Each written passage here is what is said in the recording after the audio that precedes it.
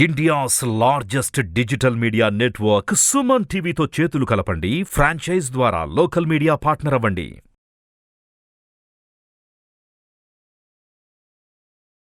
నమస్తే లత గారు.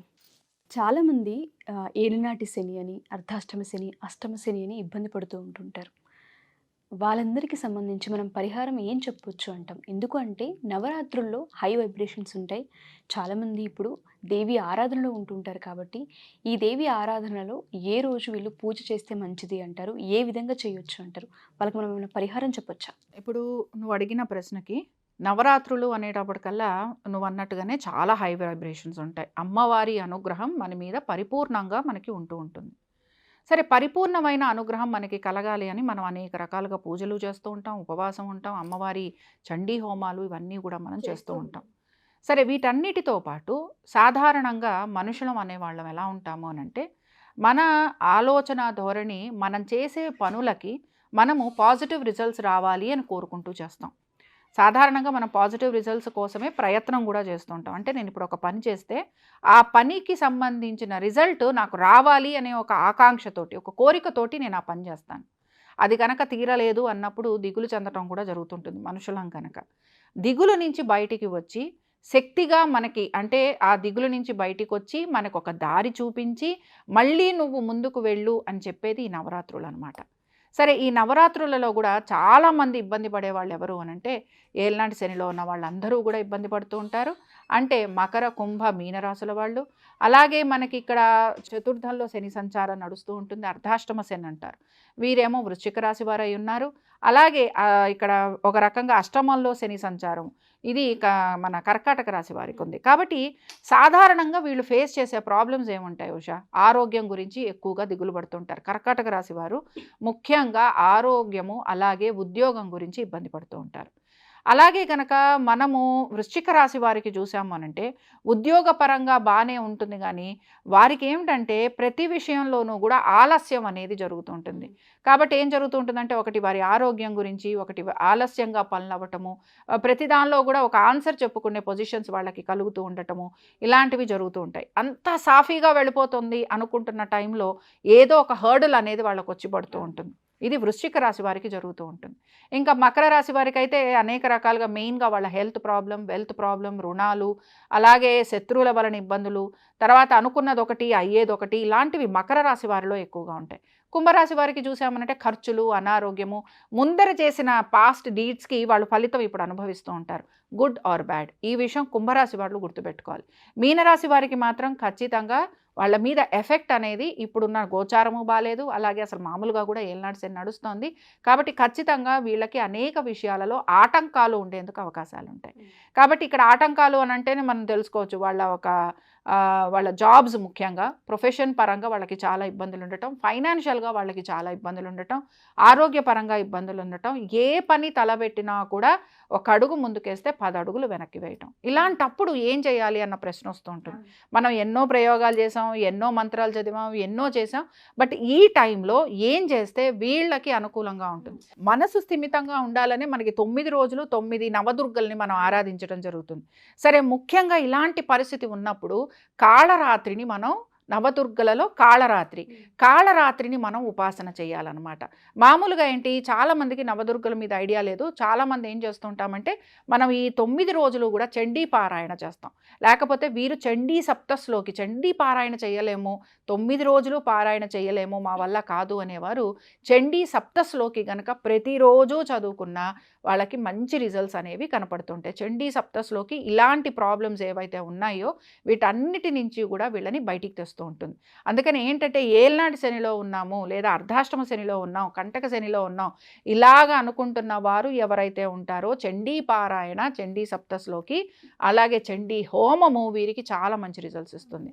కాళరాత్రిని ఆవిడికి చూడటానికి ఆవిడ చాలా భయంకరంగా ఉంటుంది. ఇప్పుడు మనం మాట్లాడుతున్నది కూడా ఏలినాటి శని అనగానే అందరూ భయపడిపోతూ ఉంటాం, అవునా? అఫ్కోర్స్ ఇప్పుడు మనం చెప్పుకుంటున్నాం కదా, వీళ్ళకి ఈ విషయాలలో ప్రాబ్లమ్స్ ఉంటాయి అనే చెప్పుకుంటున్నాం. సో ఎవరైతే చూస్తారో, ఎవరైతే వింటారో ఆటోమేటిక్గా వాళ్ళు రిలేట్ చేసుకుంటారు. బట్ అలాంటప్పుడు ఈ కాళరాత్రికి ఉన్న ఇంకొక పేరు ఏమిటి అంటే శుభంకరి. సో కష్టాలు వస్తున్నప్పుడు కాళరాత్రిని గనక మనం ఉపాసన చేస్తే ఆవిడ మనకేమిస్తుంది? శుభాలను కలిగిస్తుంది. ఉపాసనా మార్గంలో ఏంటి అని అంటే, ఇందాక మనం 9 నవరాత్రులు చేసుకుంటాం కదా, 9లో కూడా మొదటి 3-4 రోజుల పైన పంచమి తిథి నుంచి మనం మొదలు పెడతాం. పంచమి తిథిలో కూడా కాళరాత్రి ఉపాసన కనుక మనం చూసుకుంటే, ముఖ్యంగా మనకి కాళరాత్రిని మనం 7వ రోజు నుంచి ఉపాసన మొదలు పెడతాం అనమాట. 7వ రోజు ఏదైతే సప్తమి తిథి ఉంటుందో ఆ రోజు కాళరాత్రి, నవదుర్గలలో కాళరాత్రిని మనం ఉపాసన చేస్తాం. కాబట్టి ఏంటంటే పంచమి తిథి నుంచి మనం దీక్ష అనేది తీసుకోవచ్చు. మామూలుగా 9 రోజులు తీసుకుంటాం. తీసుకోలేని వారు పంచమి తిథి నుంచి కాళరాత్రికి సంబంధించిన ఉపాసనకి వీళ్ళు రెడీ అవ్వాలి. కాబట్టి ఈ 5వ తిథి నుంచి, పంచమి తిథి నుంచి మనం మాట్లాడుతుంది నవరాత్రి వరకు, అంటే 9వ తిథి వరకు లేదా నవమి తిథి వరకు కూడా వీరు ఖచ్చితంగా చండీ పారాయణ చేయటం కానీ, చండీ సప్తశ్లోకి చదవటం కానీ, చండీ హోమము చేయటం కానీ చేయాల్సిందే. తర్వాత ఇక్కడ ఏంటంటే అనేక రకాలుగా భూత ప్రేతాల వలన ఇబ్బందులు పడుతున్నవారు, దృష్టి దోషం ఉన్నవారు, అలాగే ఒక్కొక్కసారి దృష్టి దోషంతో పాటు మనం ఎలా చెప్తాము అంటే గ్రహ బాధలు ఉన్నవాళ్ళు, ఇప్పుడు మనం ఏలినాటి శని గురించి ఇట్లా మాట్లాడుతున్నాం, వీళ్ళందరూ కూడా కాళరాత్రి ఉపాసన వీళ్ళకి చాలా చాలా మంచి రిజల్ట్స్ ఇస్తుందన్నమాట. చాలా మందికి గురువు గారి మంత్ర దీక్ష మాత్రం తీసుకోవాలి ఉష. మనం అన్ని మంత్రాలు చెప్పడానికి ఉండదన్నమాట, ఆస్కారం ఉండదు. చాలా మంత్రాలు గురూపదేశం లేకుండా చెప్పకూడదు, చెయ్యకూడదు. ఫస్ట్ ఈ విషయాన్ని గుర్తుపెట్టుకోవాలి. మనం నెట్లో ఏవో మంత్రాలు చూసేసాం, ఇంకెవరో ఏదో చెప్పారు, అది చేసేస్తున్నాం, ఇది చేసేస్తున్నాం అంటే వాటి ఫలితాలు కూడా మనకి రావు. ఎప్పుడూ కూడా ఒక విషయం గుర్తుపెట్టుకోవాలి, మనం ఎప్పుడైతే పవర్ఫుల్ గాడ్స్ని మనము మంత్రం పూజిస్తూ ఉంటామో, అలాగే దశ విద్యలు కూడా అన్నీ కూడా పవర్ఫుల్. అదేమిటంటే గురువు గారి అనుమతి లేకుండా మంత్రోపాసన, అంటే గురువు గారు మనకి మంత్రం ఉపదేశము లేకుండా మనం ఎటువంటి మంత్రోచ్చారణ కూడా చెయ్యకూడదు. బట్ ఇప్పుడు ఇక్కడికి వచ్చేటప్పటికి ఏంటంటే నవరాత్రులలో మనం కొన్ని మంత్రాలు, ఒకటేంటి ఓం దుమ్ దుర్గాయ నమః, ఇది మనం చాలా వరకు చేసుకోవచ్చు. అలాగే చాలా రకాలుగా కూడా మనం కొన్ని స్తోత్రాలు చదువుతుంటాం. ఇప్పుడు లలితా సహస్రనామాలు చదువుతాం, త్రిశతి చదువుతాం, ఖడ్గమాల చదువుతాం.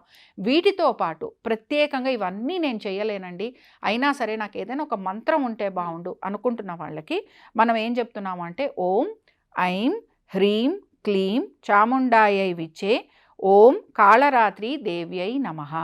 ఈ మంత్రాన్ని కనుక వీరు ప్రతిరోజు 108 సార్లు, మామూలుగా అయితే మంత్రం సిద్ధించడానికి మినిమం మనము ఈ కలియుగంలో 3 లక్షలు చేయాలి. కలియుగంలో 3 లక్షలు, ఈ కాళరాత్రి ఉపాసనలో మనం ఇంకా చేయాలి. కానీ ఇప్పుడు మనం నవరాత్రులలో మాట్లాడుతున్నాం గనక కొంత వీరు ఉపాసనా మార్గంలో గనక వస్తే ఖచ్చితంగా వీళ్ళకి మంచి రిజల్ట్స్ అనేవి కనపడతాయి. కాబట్టి కాళరాత్రిని ఉపాసించటం వలన సర్వశుభాలు మనకి కలుగుతాయి. చూడటానికి భయానకంగా ఉంటుంది, అంటే ఏమిటంటే ప్రాబ్లమ్స్ అన్నీ అలానే ఉంటాయి. ప్రాబ్లమ్స్ అంటేనే మనకి భయంకరంగా కనపడుతూ ఉంటాయి. కాబట్టి భయానకంగా ఉన్న ఆ దేవిని గనక మనం స్మరించినా, మనం ఉపాసన చేసినా, మనం పూజ చేసినా ఆవిడ మనకి సర్వశుభాలను కలిగిస్తుంది. అంటే ఏలినాటి శని ప్రభావంలో ఉన్నవాళ్ళు, మిగతా దోషాల పరంగా గ్రహ దోషాలు కలిగిన వాళ్ళు, దృష్టి దోషాలు ఉన్నవాళ్ళు, ప్రేత బాధలు ఉన్నవాళ్ళు, పిశాచ బాధలు ఉన్నవాళ్ళు, కొంతమంది మీద ప్రయోగాలు చేస్తూ ఉంటారు, ప్రయోగాలు బారిన పడిన వాళ్ళు, వీళ్ళు ఎవరైతే ఉంటారో ఈ మంత్రాన్ని గనక ఖచ్చితంగా ప్రతిరోజు minimum to start with 108 times 108 times, కానీ ఆహారం అది తీసుకోకుండా వీళ్ళు గనక ఉపాసన సాయంత్రం పూట గనక వీళ్ళు చేయటం మొదలు పెడితే ఖచ్చితంగా వీళ్ళకి రిజల్ట్ అనేది కనపడుతుంది. 108 సార్లు చేయాలి. 108 సార్లు చేయగలిగిన వాళ్ళు ఇంకా చేస్తే ఇంకా మంచిది. కానీ చెయ్యలేము, 11 సార్లు చేస్తాం, ఒకసారి చేస్తాం, 21 సార్లు చేస్తాం అంటే మాత్రం పనికిరాదు. Thank you ma'am. నమస్తే.